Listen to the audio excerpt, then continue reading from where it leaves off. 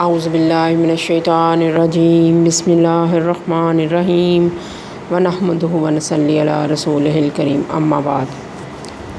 اللہ کے آخری رسول محمد صلی اللہ علیہ وآلہ وسلم نے اسلام کی تبلیغ کا عظیم فریضہ تقریباً 23 سال کے عرصہ میں مکمل کیا۔ آپ صلی اللہ علیہ وآلہ وسلم انسانیت کے محسن ہیں۔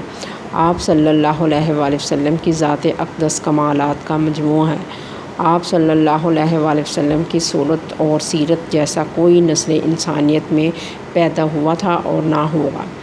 آپ خاتم النبیین ہیں۔ آپ صلی اللہ علیہ وآلہ وسلم نے ساری دنیا کو معاشرتی خوبیوں سے مزین طرز زندگی کا درس دیا۔ آپ صلی اللہ علیہ وآلہ وسلم کی شخصیت میں پاک بازی، شرم و حیا کا عنصر نمایاں ہے۔ عدل و انصاف، اخوت، مساوات، امانت و دیانت میں تاریخی شخصیات میں سب سے بڑھ کر ہیں۔ آپ صلی اللہ علیہ وآلہ وسلم شجاعت، استقامت، عاجزی و انکساری، جود و سخا، ایفائے عہد، خوش روی میں اپنی مثال آپ ہیں۔ آپ صلی اللہ علیہ وآلہ وسلم کی تمام زندگی میں کبھی جلال کا عنصر نمایاں ہے تو کبھی جمال کا۔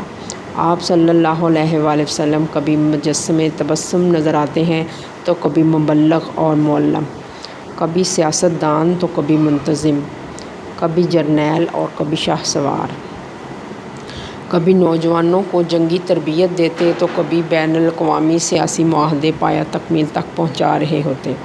آپ صلی اللہ علیہ وآلہ وسلم کی رہنمائی میں ایک جاہل قوم تعلیم کے زیور سے مزین ہو گئی۔ قتل و خون ریزی کرنے والے امن و امان کے داعی بن گئے۔ لوگ جوک در جوک دین اسلام میں داخل ہوتے گئے۔ آپ صلی اللہ علیہ وآلہ وسلم نے ایک عالمگیر اتحاد تشکیل دیا۔ آج دنیا کی اقوام دعویٰ کرتی ہیں کہ انسانی حقوق کے تحفظ کا پہلا ادارہ اقوام متحدہ ہے، اور اس سے پہلے کسی معاشرے میں بنیادی حقوق کا تحفظ نہ تھا۔ ان کا یہ دعویٰ کھوکھلا، بے بنیاد اور فرضی ہے۔ اسلامی تہذیب و تمدن کا مسخ کرنے کی سازش ہے۔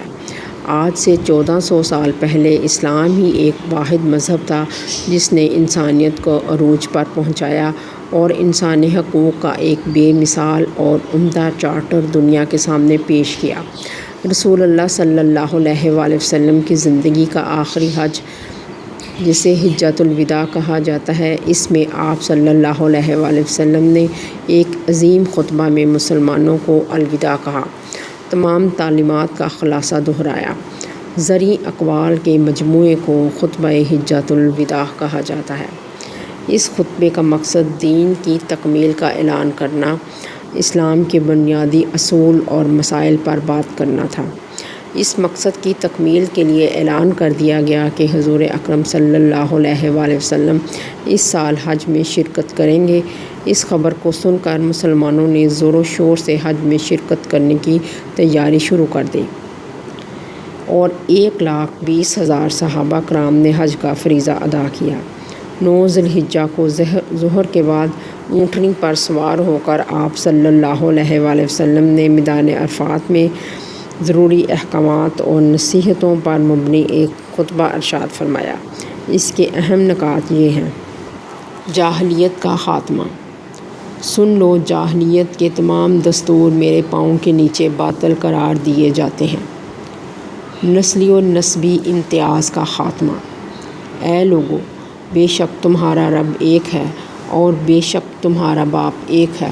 غور سے سن لو، عربی کو عجمی پر اور عجمی کو عربی پر، سرخ کو سیاہ پر اور سیاہ کو سرخ پر کوئی فضیلت نہیں سوائے تقویٰ کے۔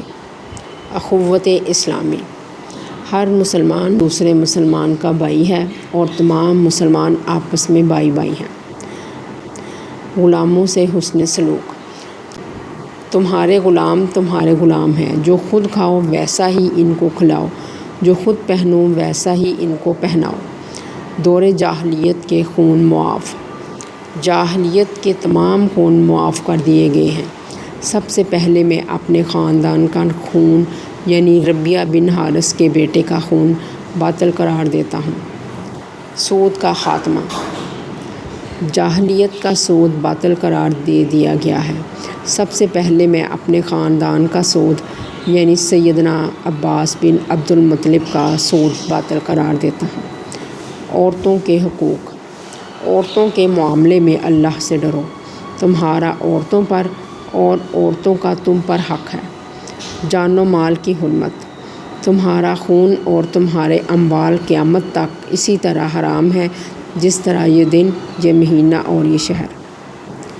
قرآن مجید کا دامن تھام لو، میں تم میں ایک چیز چھوڑے جا رہا ہوں، اگر تم نے اس کو مضبوطی سے تھام لیا تو تم کبھی گمراہ نہ ہوں گے۔ وہ چیز اللہ کی کتاب ہے۔ وارث کے لیے وصیت جائز نہیں۔ اللہ نے ہر حقدار کو اس کا حق دے دیا ہے، یعنی وارث کے حصے مقرر کر دیے گئے ہیں۔ کسی وارث کے حق میں کوئی وصیت نہیں۔ انسان کا نسب۔ اولاد اس کی ہے جس کے بستر پر پیدا ہوئی۔ زانی کے لیے پتھر، اس کا حساب اللہ کے ذمے ہے۔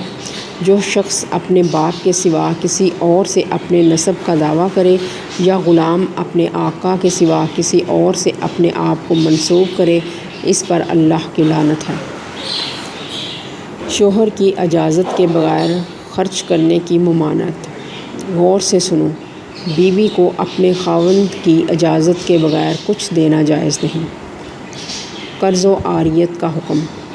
قرض ادا کیا جائے، عاریت لوٹائی جائے، عطیہ لوٹایا جائے، ضامن تاوان کا ذمہ دار ہے۔ دین میں غلو کی ممانعت۔ دین میں غلو سے اجتناب کرو، کیونکہ تم سے پہلی قوموں کو دین میں غلو کرنے کی وجہ سے ہلاک کیا گیا۔ بدعہ کی طرف اشارہ۔ حج کے مسائل سیکھ لو، کیونکہ مجھے معلوم نہیں کہ میں اس کے بعد کوئی حج کر سکوں گا۔ حرمت والے مہینے کا تعارف۔ سال کے 12 مہینے ہیں، جن میں 4 مہینے حرمت کے ہیں، 3 متواتر ہیں، ذی القعدہ، ذی الحجہ، محرم اور رجب کا مہینہ۔ جان و مال اور آبرو کی حفاظت۔ یقیناً تمہارے خون، تمہاری عزتیں تم پر اسی طرح حرام ہیں جس طرح اس دن کی، اس شہر کی اور اس مہینہ کی حرمت ہے۔ گمراہی سے اجتناب۔ غور سے سن لو، میرے بعد گمراہ نہ ہو جانا کہ تم ایک دوسرے کی گردن مارنے لگو۔ عن قریب تم اپنے رب کے حضور پیش کیے جاؤ گے، تم سے تمہارے اعمال کی باز پرس کرے گا۔ جرم کا وبال صرف مجرم پر۔ غور سے سن لو، ہر مجرم اپنے جرم کا خود ہی ذمہ دار ہے۔ غور سے سن لو، باپ کے جرم کا بیٹا ذمہ دار نہیں اور نہ ہی بیٹا باپ کے جرم کا۔ اطاعت امیر۔ اگر کوئی سیاہ فام ناک کٹا غلام تمہارا امیر بنا دیا جائے اور تمہیں کتاب اللہ کے مطابق چلوائے تو تم اس کی بات سنو اور اس کی اطاعت کرو۔ کسی برائی کو معمولی نہ جانو۔ غور سے سن لو، بے شک شیطان اس بات سے مایوس ہو چکا ہے کہ کبھی تمہارے شہر میں اس کی عبادت کی جائے، لیکن تم برے اعمال کو حقیر جانو گے، انہی اعمال میں اس کی اطاعت ہو اور وہ اس پر راضی ہو جائے گا۔ حقوق اللہ۔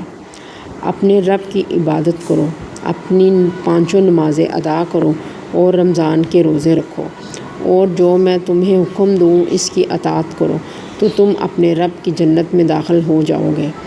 آپ صلی اللہ علیہ وآلہ وسلم نے آخر میں لوگوں سے پوچھا، کیا میں نے تم تک پیغام پہنچا دیا ہے؟